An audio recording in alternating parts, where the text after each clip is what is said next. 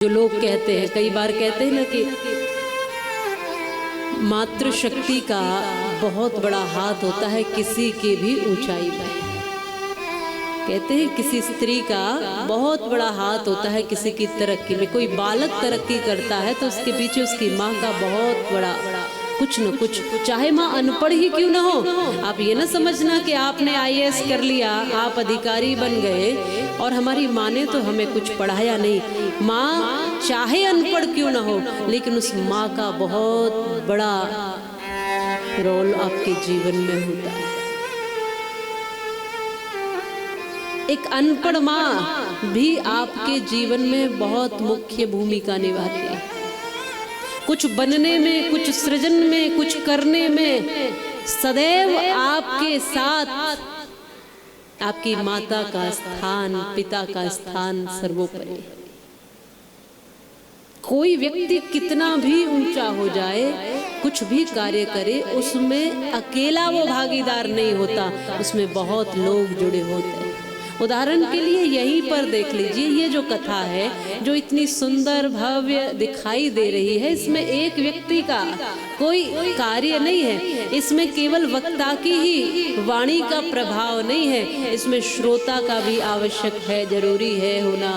इसमें लोगों तक पहुंचाने के लिए ये चैनल लगा है, इसमें संगीतज्ञ बंधु लगे हैं, इस व्यवस्था में कितने लोग लगे हैं, कुछ पर्दे के बाहर आगे हैं, कुछ पर्दे के पीछे हैं, कितनी सेवाओं से व्यवस्थित करके ये एक आयोजन व्यवस्थित हुआ है। तो कोई ये सोचे कि एक अकेला व्यक्ति कुछ कार्य कर सकता है, संभव नहीं।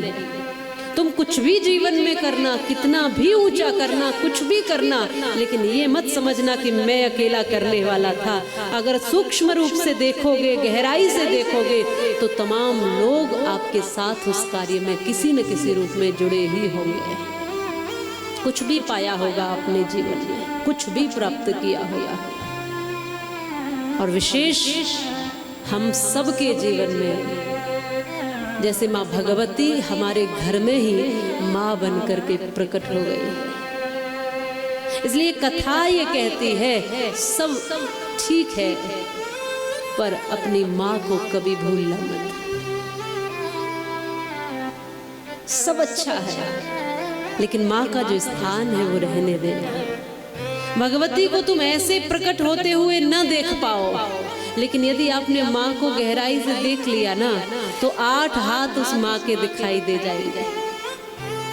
अष्टभुजा धारिणी भगवती केवल उसी रूप में प्रकट होगी जो आपने तस्वीर में देखा, ऐसा जरूरी नहीं। आप अपने घर में देखो, अपनी रसोई में देखो, अपने आंगन में देखो, हर जगह वो माँ के हाथ दिखाई देंगे। कभी घर में बच्चों का पालन करते हुए, कभी भोजन देते हुए, बाहर के कार्य, समाज के काम, धर्म के काम, कितने कार्यों में वो मातृशक्ति आगे है।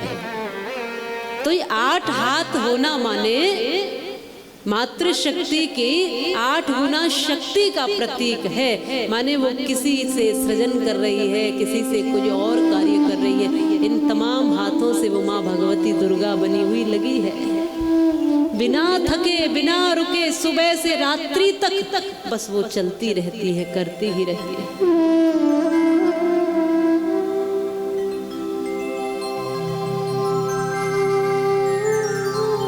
कम से कम पुरुष सत्ता इस बात का ध्यान रखे, बिना शक्ति के सृजन नहीं, पालन नहीं। इन सभी ने माँ भगवती की जिन जिन ने अवहेलना की, उनको कष्ट उठाना पड़ा।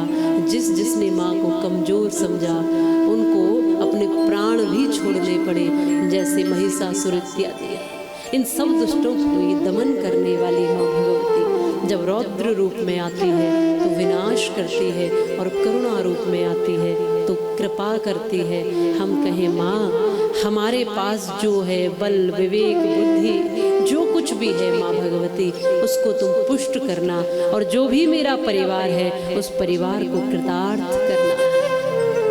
भक्तों ने बड़े प्रेम से माँ को मनाया है और ये भाव से कहा है, हे माँ,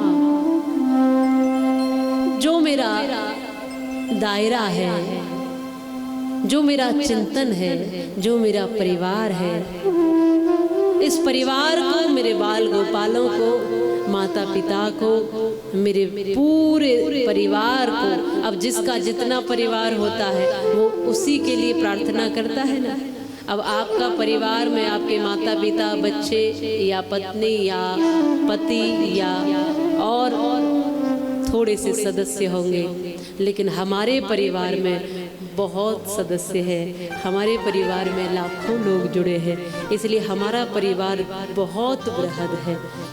जो इस पीठ पर बैठता है उसका परिवार केवल कुछ लोगों से सीमित नहीं होता, उसका परिवार सारी समष्टि बन जाती है। हर एक व्यक्ति उसका परिवार हो जाता है, कोई उससे पराया नहीं होता, सब उसके अपने होते हैं। मेरे जीवन की गाड़ी, मेरे परिवार की गाड़ी कौन चलाता है? वही आदि शक्ति चला रही है, उसी की कृपा है जो सारे कार्य करती है, किसी भी रूप में आकर कर दे। ये भगवती की कथा समझाती है कि किसी न किसी रूप में दृश्यमान अदृश्यमान वही शक्ति है जो हमको, हमारे संसार को चलाने वाली, बनाने वाली है। इतना तो आप जानते हो कि कोई न कोई तो हमसे ऊपर है, कोई न कोई तो हमसे बलवान है, हमसे ऊंचा है, हमसे श्रेष्ठ है। कोई न कोई तो है जिसने हमको बनाया है और इस संसार को बनाया है। अब वो जो कोई न कोई है बस वो वही है जिसे हम आदि शक्ति, परम शक्ति कहते हैं, जो पत्ते पत्ते में विद्यमान है, कण कण में विद्यमान है, फूल में, वृक्ष में, धरती में, कण कण में, अणु अणु में, पिंड में, ब्रह्मांड में, समस्त जगत में वह शक्ति विद्यमान है।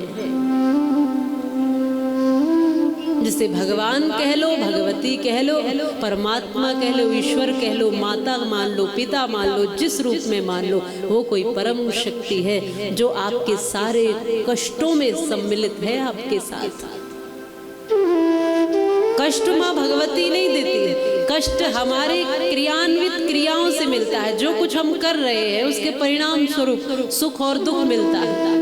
यदि हमने कहीं इस बुद्धि से सही सही निर्णय लिया और ठीक ठीक कार्य किया तो उन कार्यों से हमें सुख और उपलब्धियां प्राप्त होती है।